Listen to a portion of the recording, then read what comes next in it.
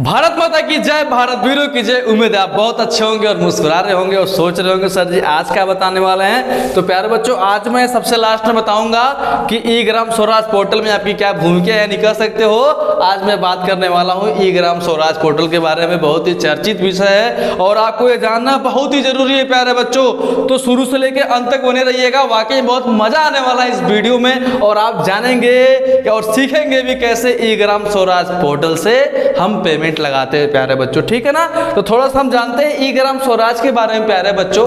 है जो ई ग्राम स्वराज है ना प्यारे बच्चों, यह एक वेब पोर्टल है। एक जो शुभारंभ हुआ था 2020 में हुआ था। ये पंचायती राज मंत्रालय द्वारा जो है इसका आरंभ किया गया था। क्यों किया गया था प्यारे बच्चों? इसलिए किया गया था कि पंचायतों में जो भी कार्य होता है ना उसको ग्रामीण जनमानस देख पाए, एक पारदर्शिता हो। तो प्यारे बच्चों ई ग्राम स्वराज पोर्टल इसलिए बनाया गया था, ठीक है ना।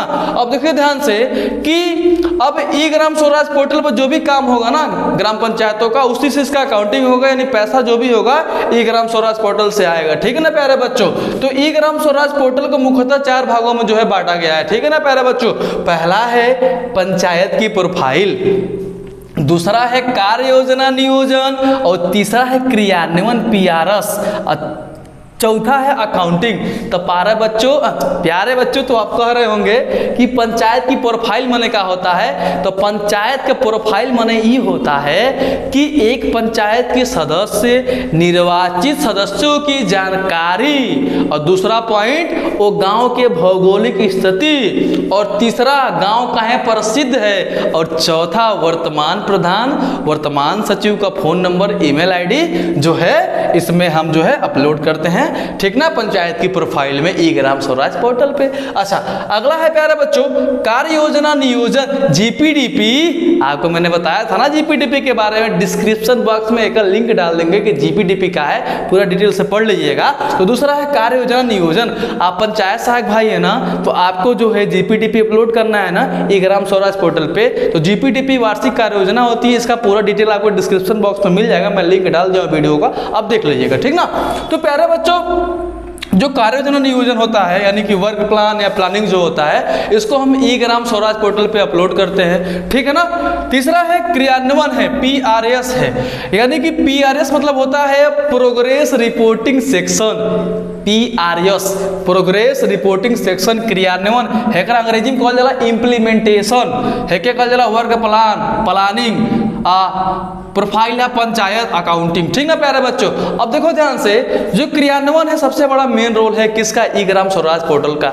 इसमें जो है ना प्लान की स्वीकृति होने के बाद, जीपीडीपी यानी अनुमोदन होने के बाद जो है तो जितना कार्य है ना वो पीआरएस में चला आता है। पीआरएस माने ही होता है कि प्रोग्रेस रिपोर्टिंग सेक्शन में चला आता है। एमन का होता है ना प्यारे बच्चों, जमीनी स्तर में काम किया जाता है, उड़ के काम नहीं करते, यानी जो रियल काम है ना उसी को हम अंकित करते हैं, ठीक है बच्चों, क्रियान्वयन में। दूसरा है इसमें जो है वांछित तकनीकी वित्तीय और प्रशासनिक स्वीकृति भी होती है प्यारे बच्चों। एक बात बता दें, एमन कार्यों को टुकड़ों में नहीं बांटा जाता है, कोशिश करिए कि कार्यों को टुकड़ों में बांटना ही नहीं है, ठीक है ना। उसके बाद 2016 में उत्तर प्रदेश शासन द्वारा जो है ये सुनिश्चित किया गया है, शासनादेश जारी करके 2016 में उत्तर प्रदेश सरकार द्वारा शासनादेश जारी कर सुनिश्चित किया गया है कि ग्राम पंचायतें 2 लाख रुपया तक जो है ना पेमेंट जो है तकनीकी कार्यों के लिए कर सकती है, ठीक है ना। ये जो है आज़ाद स्वतंत्र ग्राम पंचायत इम्प्लीमेंटेशन में प्यारे बच्चों, जो इम्प्लीमेंटेशन होता है क्रियान्वयन ना, ये ई ग्राम स्वराज पोर्टल का हार्ट है, सबसे बड़ा मेन रोल है। तो क्रियान्वयन में क्या होता है मैं बता दूं आपको, जो पीआरएस है ना,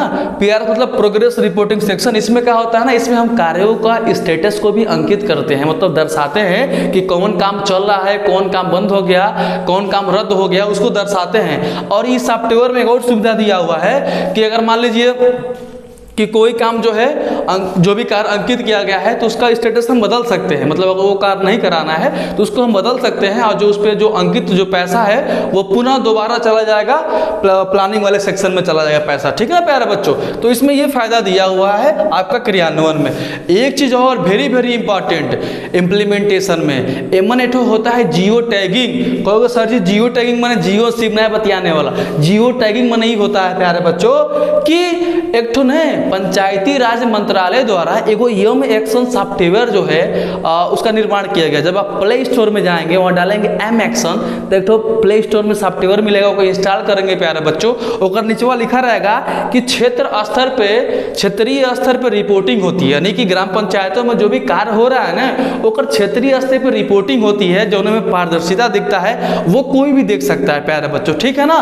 तो क्रियान्वयन में जो है एम एक्शन सॉफ्टवेयर के अप्रोच के अंतर्गत जो है ना प्रत्येक कार्यों के चरणों की जो है प्रत्येक जो स्टेप है उसका जियो टैगिंग होता है। एक बात ध्यान रहे कि बिना जियो टैगिंग किए पेमेंट होना असंभव है।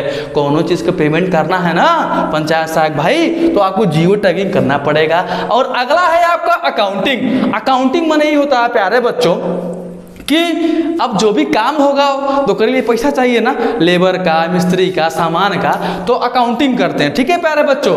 तो जो अकाउंटिंग होता है वो pfms.nic.in पे होता है।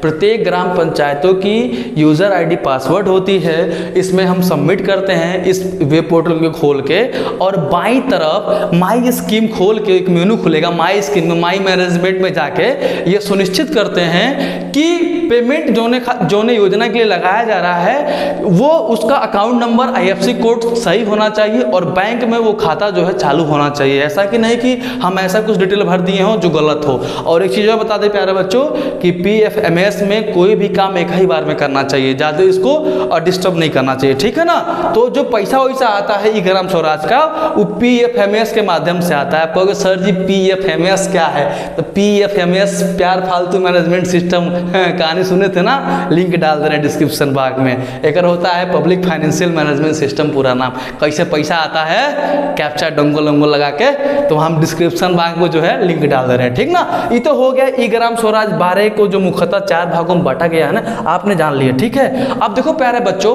अब एकरे उपयोग में ना ई ग्राम स्वराज पोर्टल के उपयोग में 3 ठो आईडी होती है जिसको हम DPRO साहब के कार्यालय से प्राप्त कर सकते हैं। पहला है एडमिन यूजर अर्थात ADM यूजर, ये भी एक आईडी है, का है एक ठो आईडी है। ये जो आईडी होता है ना इसमें भुगतान करने से पहले जो भी कार्य होता है किया जाता है, ठीक है।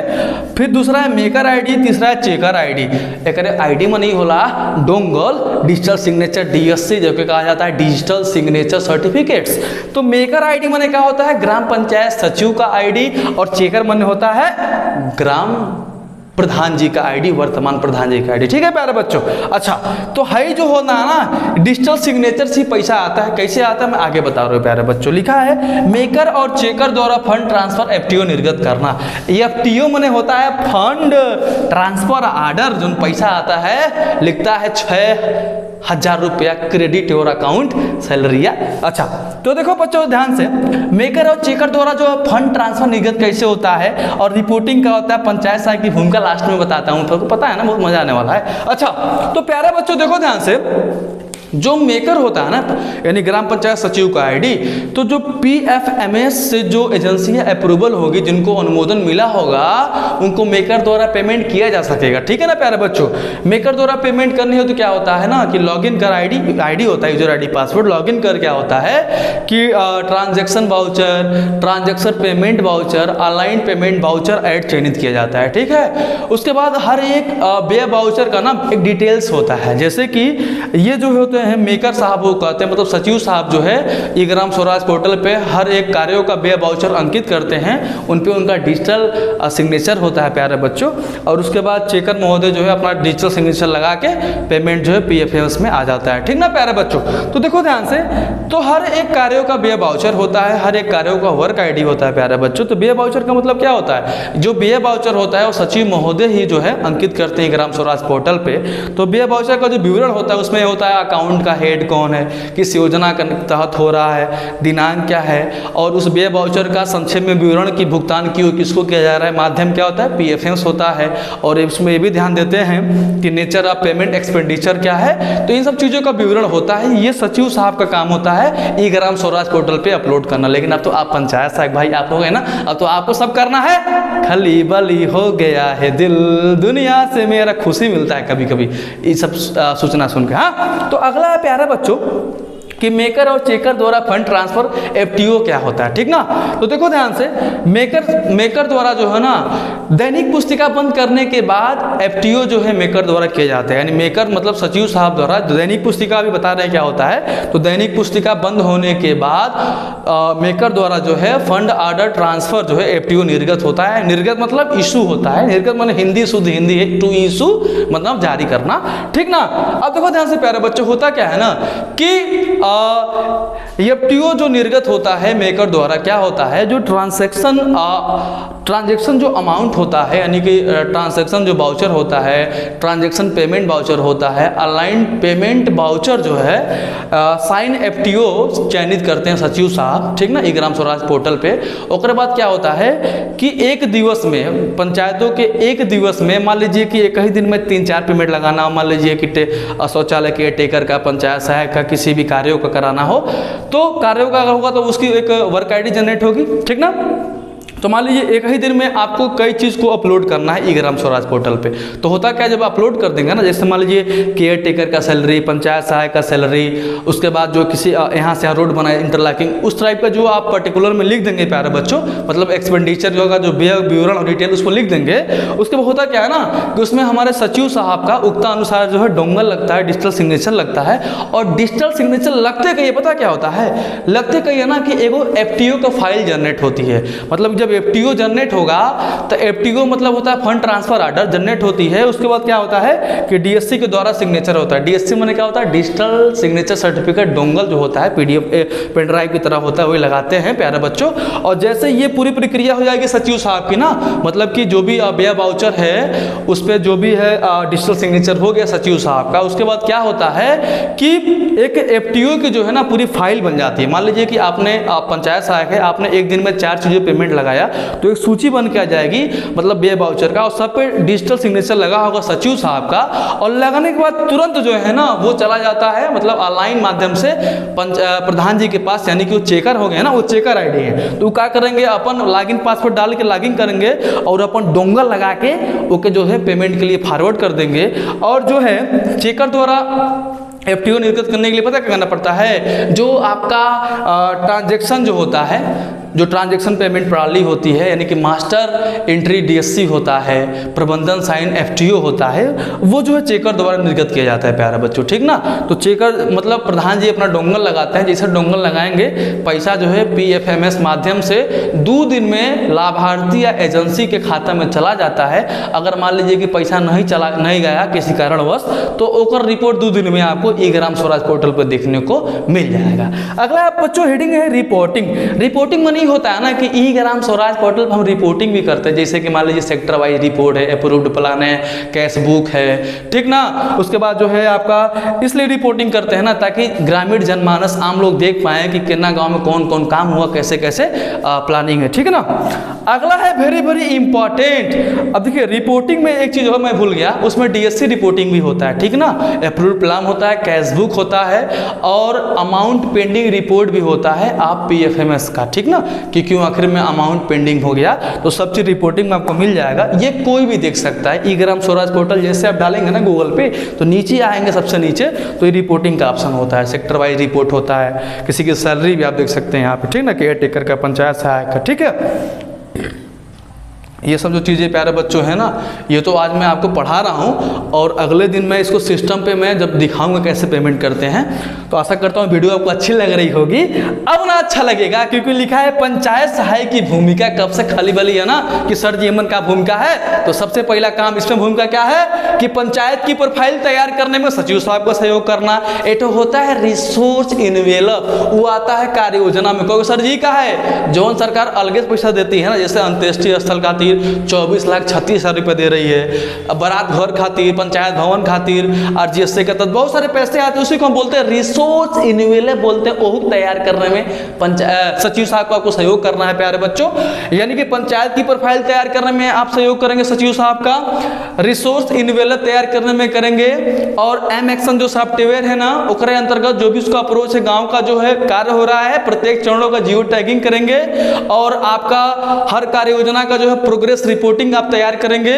और गांव की जितनी परिसंपत्ति है उनका दस्तावेजीकरण करेंगे, और गांव से संबंधित जितना भी कार्य हो रहे हैं उनका जो वाउचर संबंधी पेमेंट है कंप्यूटर में सुरक्षित करेंगे, और ऑनलाइन माध्यम से जो भुगतान होगा ई ग्राम स्वराज PFS माध्यम से आप ही कराएंगे, यानी कुल मिला जुला GPDP आप ही अपलोड करेंगे, सचिव साहब और प्रधान जी के नेतृत्व में आप अपलोड करेंगे, उसके बाद सारा पेमेंट मंगाने का काम आप ही करेंगे। इसलिए मैं बार बार कहता हूँ you are real hero of your village. तो पूरी प्रक्रिया हो गई ई ग्राम स्वराज पोर्टल की, PFMS का, और ये हाउ GPDP का हम वीडियो लिंक में डाल दिए हैं, आप देख लीजिएगा।